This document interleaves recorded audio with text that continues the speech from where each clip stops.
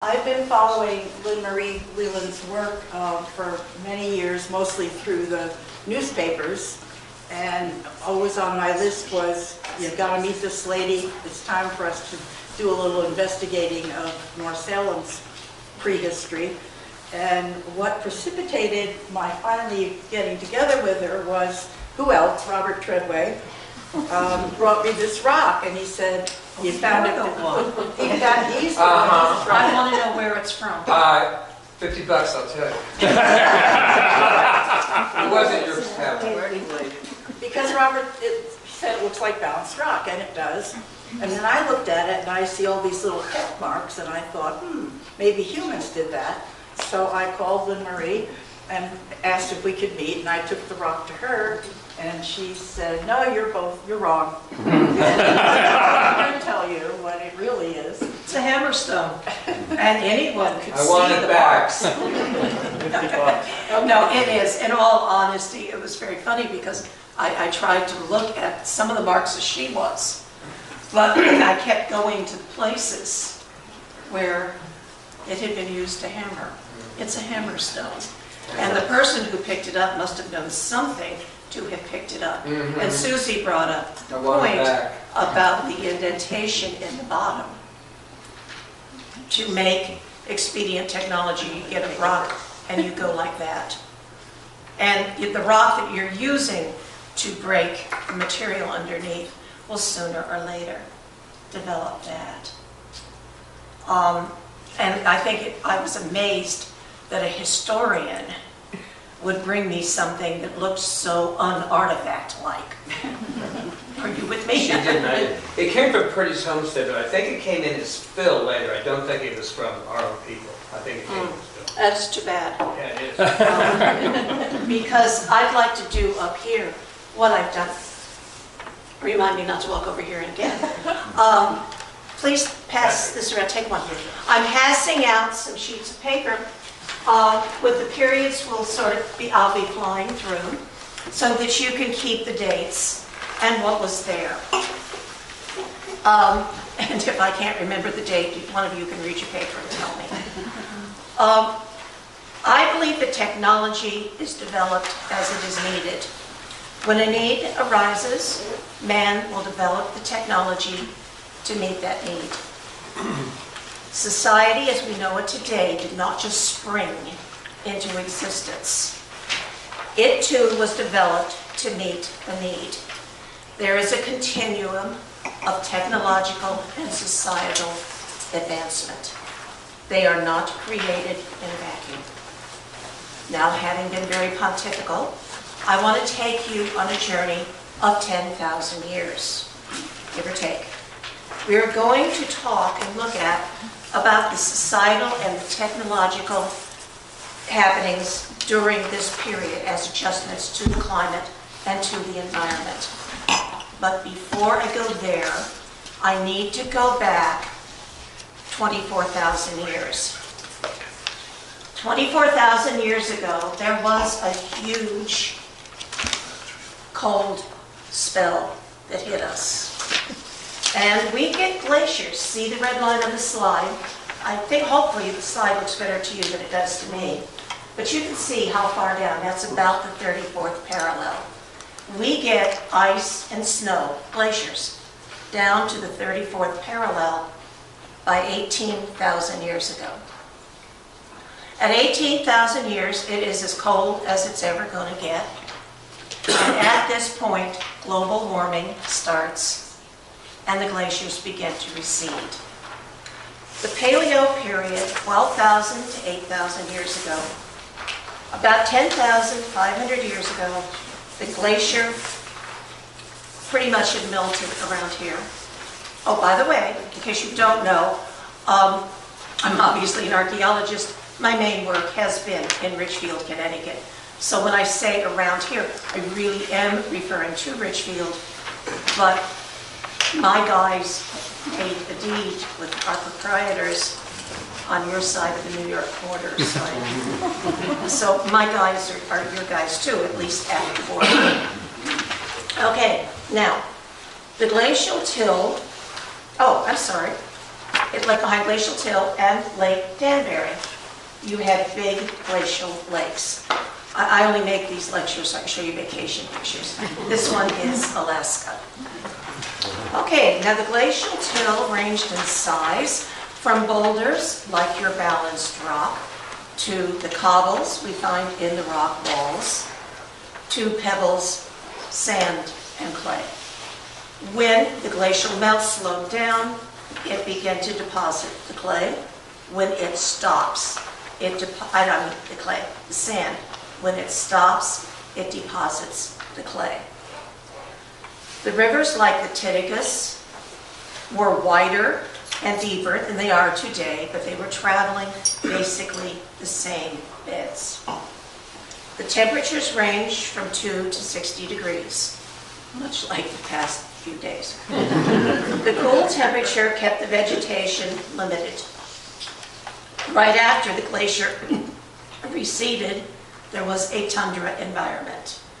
Some moss, some lichen, little ferns, little grasses, scrubby. Alrighty, by about 10,005 years ago, it resembled a taiga environment. Now you have grasses, some, not a lot, larger ferns, small bushes, scrub brush, and stands of spruce. This lack of vegetation meant not a lot of animals. We have, however, we know these guys lived around here because there's an adolescent mastodon found at Lake Kitchewan back in 1979. Alrighty. Since the food was limited, the people ranged far and wide, just to find the food and what other resources they needed to live. They live in small family groups. They do not stay in one place any length of time at all because the environment simply will not support them. They are literally wandering from place to place to search for their food. Next slide. That pink thing is not an arrowhead. Don't you dare laugh. It is called a projectile point. This particular one is called a Scott's Bluff point. It is a diagnostic artifact for the late Paleo period. A diagnostic artifact is one that is made at a certain period of time. In this case, it's in 10,000 to 9,500 years ago. The point is an excellent example of the wandering of the people. A point of this design was found in Colorado at a bison hunt. It was found in the thigh of one of these paleo bison. There was one found in Scotts Bluff, Iowa, actually the first one, hence the name, Scotts Bluff Point. One was also found under the rib cage of a mastodon in the northern part of the Valley of Mexico. This pink one was found at Richardson. Hooray for my side. Okay. This particular point, well, before I get to the description of the point, the design gives us a big hint about the wanderings of the people. This design spreads as the people are spreading, and they don't see themselves as being different from whoever else. They have no territories. They are simply wandering. Okay. The point was probably a spear point, but it was also used as a knife. Now, when I tell you that it was used as a knife, I don't mean that it looks like a knife. I mean that I found use wear on it that showed me that it had been used to cut and slice. Now, the drill, which is the little one, don't worry too much about not being able to see these things, because in a minute I'm going to pass it. We also found a drill that has a flute up the center and a fragment of a square knife with a flute. The flute is also a diagnostic sign from the Paleo period that traveled from coast to coast. Again, that mobility. Can I say there are Paleo people at Richardson? Unfortunately, the provenience on these artifacts is really, really bad.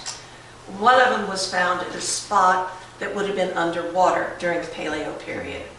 However, I got 3 of them.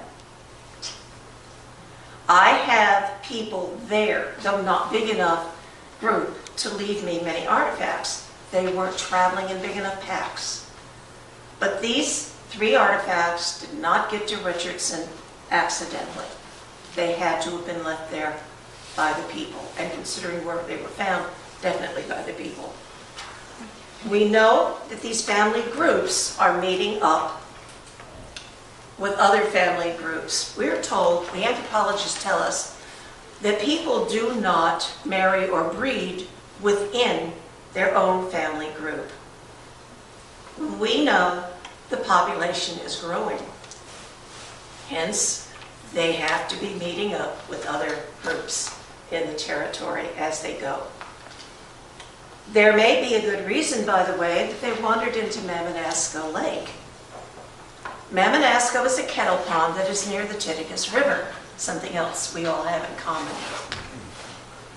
Now, in 1979, Roger Muller found a paleo site along the Shiphog River, the first paleo site in Connecticut. And believe it or not, this was not what was so exciting about it. What was so exciting about it is that the carbon, the ashes on it he used to date it, had big enough pieces of wood in it to speciate. And he found that these guys are burning red oak, white cedar, or juniper. Excuse me? These warm climate trees hardly fit the description of what is supposed to be the tundra, flora and fauna that Connecticut, or this part of the Northeast, was. Now, other sites have been discovered along other rivers with exactly the same pattern of flora. So we can deduce from this it must be warmer along the rivers and also the lakes. Hence, it was warmer along the Titicaca and at MAH00134. And this is one of the reasons I have 10,000 years of habitation at MAH00134. All right, another question that should occur to you or might later, where does the vegetation come from?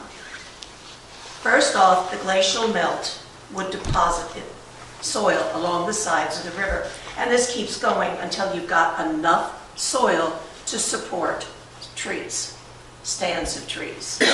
Animals, birds and animals like man, bring the seeds in. More than likely, there's no more than likely about it, they are being accidentally planted. Man will change his environment to the extent that his tools will allow him to do it. Man is coming in to the scene along the rivers. Obviously, we have the artifacts from him. He is destroying, he's using up or destroying the cold water vegetation. Cold weather vegetation destroyed, the warm stuff is able to move in. Hence, it colonizes, leaving a much nicer eco-niche for man and other animals than was there before. Early Archaic, 10,000 to 8,000 years ago, has a forest environment with spruce and pine. It also has your deciduous nut trees, the oak and so on, and the flora that goes with that, moving now away from the river. It's coming in, or coming out, I guess I should say. Now, there's an increase in flora. Do you want to guess what else is going to be increased? Animals. With the increase of food comes the increase of man. The population is once again beginning to grow. They're still roaming now in the small family groups, but now they are only in their territories. They have become territorial. The territories are probably going to be a pretty good size. Now, do we have them at Richardson Park? They're staying longer and longer at sites. Do we have them at Richardson? We need the next slide. And you're going to get a box with these. These are pieces of bifurcated points. The bifurcated point belongs to the early archaic period. Now, not only do we have the 3 points, now, in this, the 3 paleo artifacts and the little bifurcated points. Now, what we also have at Richardson Park is a floor, not like you walk on. We don't get those floors until the early archaic. What I mean by an archaeological floor is one where we have evidence of occupation, habitation, and work. Now, it works out really, really well. This is amazing because at one time there were more paleo sites in Connecticut than there were early archaic sites because you don't have the people. And I have one where we dug down from contact with diagnostic artifacts at every single level till we got to the early archaic. There is my site being labeled. I have the whole thing right there.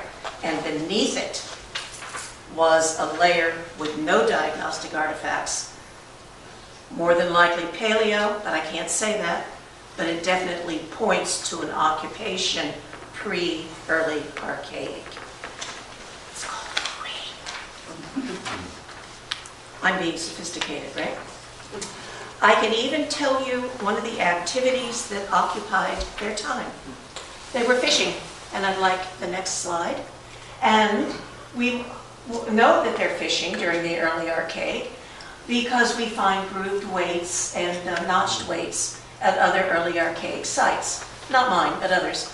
The next slide shows you what I think the spears look like. Pay attention to the little point. Ingrain it in your memory. I want you to remember it for later. Now, where are they? We know they were eating oysters. Not in this area, but along the Hudson about 10,000 years ago. Shell middens containing oyster shells were beginning to build up. The warm weather starts coming up the river, and the oysters are down the river, and the oysters start moving up. They must have been fairly large. These babies are 2,000 years old, out of a midden found on an island off the coast of Norwalk, Connecticut. So we know they're fishing, and if we take a look at this next slide, we're going to see one of the things we found. You cannot really see it, that's okay, you'll get a box. That point, with that point, there's also a thumbnail scraper, called, because it looks about the size of your thumb, and a tiny semi-lunar knife.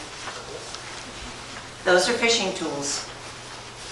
We find these tools from the early archaic all the way through woodland. You'll notice the knife, the point is right there. That's the point in Karen's drawing. What you're also missing is, here we go, that's your thumbnail scraper that's up in the picture, and this is your knife. These are the fishing tools that I found there. It works out really nice. Now, Middle Archaic, 8,000 to 6,000 years ago, the weather is warmer. In fact, the weather is about as warm as it is today. The people still live in family groups, but they've now become